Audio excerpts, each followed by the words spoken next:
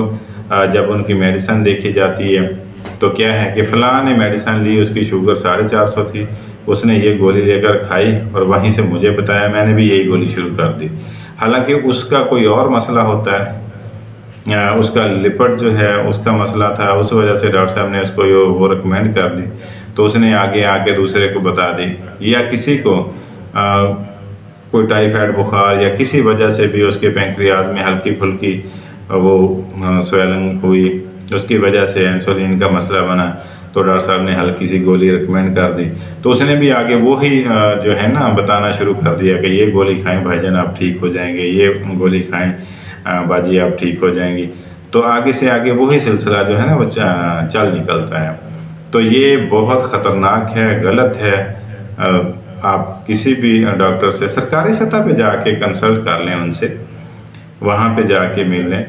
تو تقریباً وہ کسی کے بتائے ہوئے جو گولی ہے، جو میڈیسن ہے، اس سے 1000 گنا بہتر ہوتی ہے۔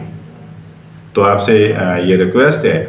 کہ آپ اس طرح کی میڈیسن جو ہے اس کا استعمال نہ کریں، بلکہ اپنے ڈاکٹر کے مشورہ سے دوائی کا استعمال کریں۔ تو ناظرین، یہ ویڈیو زیادہ لمبی ہو جائے گی، تو آپ اس کو زیادہ سے زیادہ اپنے گروپس میں بھی شیئر کریں، تو جو بھی آپ کے پلیٹ فارم ہے اس کے اوپر اس کو شیئر کریں تاکہ زیادہ سے زیادہ انسانیت کا فائدہ ہو سکے. اور میرا واٹس ایپ نمبر اس کے اوپر جو شو ہو رہا ہے، اگر کوئی آپ کو اس کے بارے میں مزید تفصیلات چاہیے ہوں یا اس کے بارے میں کوئی سوال پوچھنا ہو، کویشچن ہو، تو آپ مجھ سے رابطہ کر سکتے ہیں. تب تک کے لیے اپنے میزبان کو دیجیے اجازت. اللہ حافظ.